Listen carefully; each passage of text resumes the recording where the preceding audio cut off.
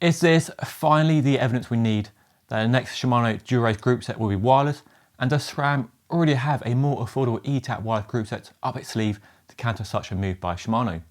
Well, both Shimano and SRAM have had new products tested by the US Federal Communications Commission.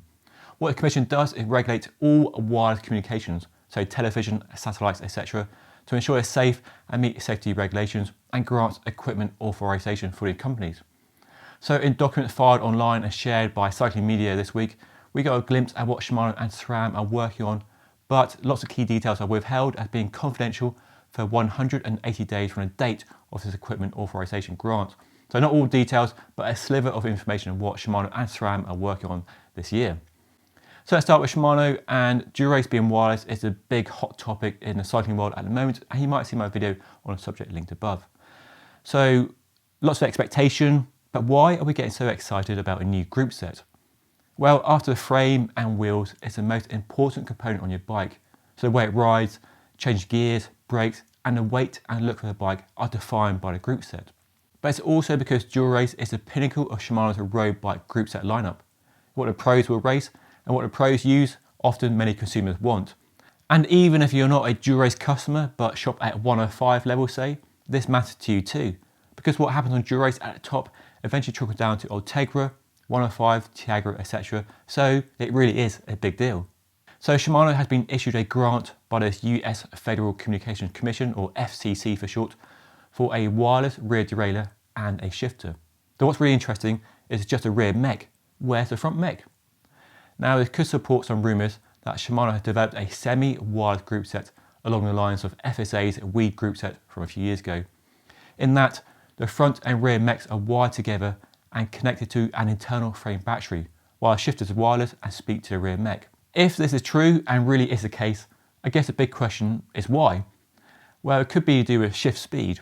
Now, when I've spoken to Shimano engineers in the past and asked them the obvious question about a wireless Di2 group set, they've always said that shift speed is a key cornerstone of their engineering behind Di2, and they would only do wireless when they can match the shift speed of their wired Di2 setup. So maybe this semi-wireless approach gives them the shift speed of current Di2 while getting some of the benefits of a wireless group set. But what are the benefits of a wireless group set, and why all the fuss around wireless? Well, it's great for your TV, for a start, but in my experience it's rubbish if you're trying to print something from your Bluetooth printer. But there are benefits, pros and cons to wireless, and we've seen how popular SRAM's eTap group set has become at both red and force level, because it's an interesting one. Dura-Ace is a top level group set developed for the pros and what the pros need, but what the pros need and want is very different to what consumers want and need, and it's clear that wireless is very popular with consumers, especially building bikes, and the appearance, a very modern bike, the latest technology. But for pros, I don't think they really care whether it's wireless, wired, or mechanical, really. So different demands there, which Shimano are clearly trying to tackle with the new Dura-Ace group set. That's all we know about the group set so far, but what do you want to see from wireless Di2? Let me know in the comment section down below. So SRAM beat Shimano to the wireless game by quite a few years, not that it was ever a race, but eTap, as you all know, has become massively popular.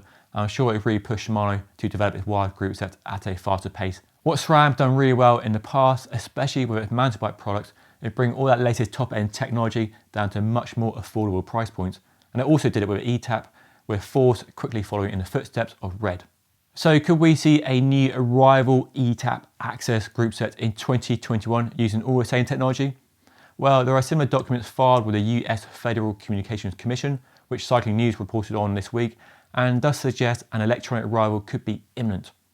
Now, this could be a really smart move by SRAM.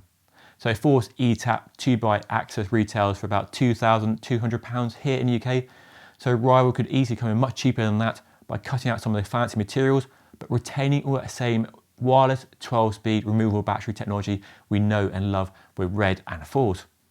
And I can't see any reason why they wouldn't make it 12-speed rather than keep it 11-speed. All the Access technology would be the same batteries, the same connectivity with the app, just cheaper costs using lower grade materials. Be a really easy move for them. Now ARIA, by the way, is SRAM's own wireless protocol it developed for eTap many years ago, which is different to the more common AMP Plus or Bluetooth, and has proven, despite some initial hacking concerns, to be reliable and safe. You could look at this new Rival as a 105 level product, and that will certainly put pressure on Shimano to offer a 105 Di2 group set, which I know a lot of people want. And it will give SRAM a bigger potential share of the very lucrative OEM market in the price range where 105 really dominates. And SRAM doesn't really have anything to rival 105, excuse the pun. So we could be set for an exciting year of new group sets if they all get launched this year, because at the moment nothing's certain in this COVID-19 world we live in. But with Shimano, they're celebrating their 100th anniversary this year, and if the Olympics go ahead, lots of reason to launch a new group set this year. And if SRAM launch a Rival group set which is not used by the pros, they're not constrained to the racing calendar, so they can launch it whenever the product is available. But we know there are real issues in the world at the moment with supply, demand, so nothing's certain really. When the product get launched, well, I've no idea. In the past, you could put your money on a Tour de France launch or a Spring Classics launch, but this season, or this year, well, nobody knows really.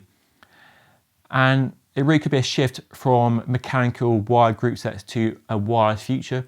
Now SRAM has shown that wireless become really popular, and Shimano following suit will put pressure on Campag and other group set manufacturers. And I guess we could look at a future where in 10 years time, all modern kind of mid to high end group sets are wireless. They might say, well, I don't need wireless, cables are fine, wires are fine, but you can't buy a cheap TV these days without a wireless remote. So the days of getting up off your sofa and turning those knobs on your TV are long gone. So I think we are looking at a wireless future. It's going to take a few decades to get there, but I think one day all bicycles might be wireless. But what do you think of this wireless future? Let me know in the comment section down below. But that's all for now. Just a quick news story to give you some update on the latest from Shimano and SRAM. Lots of reviews coming up very soon, including a review of a giant Revolt adventure bike coming up very soon. So make sure you hit that subscribe button down below if you want to see that. Anyway, that's all for now. Thank you so much for watching.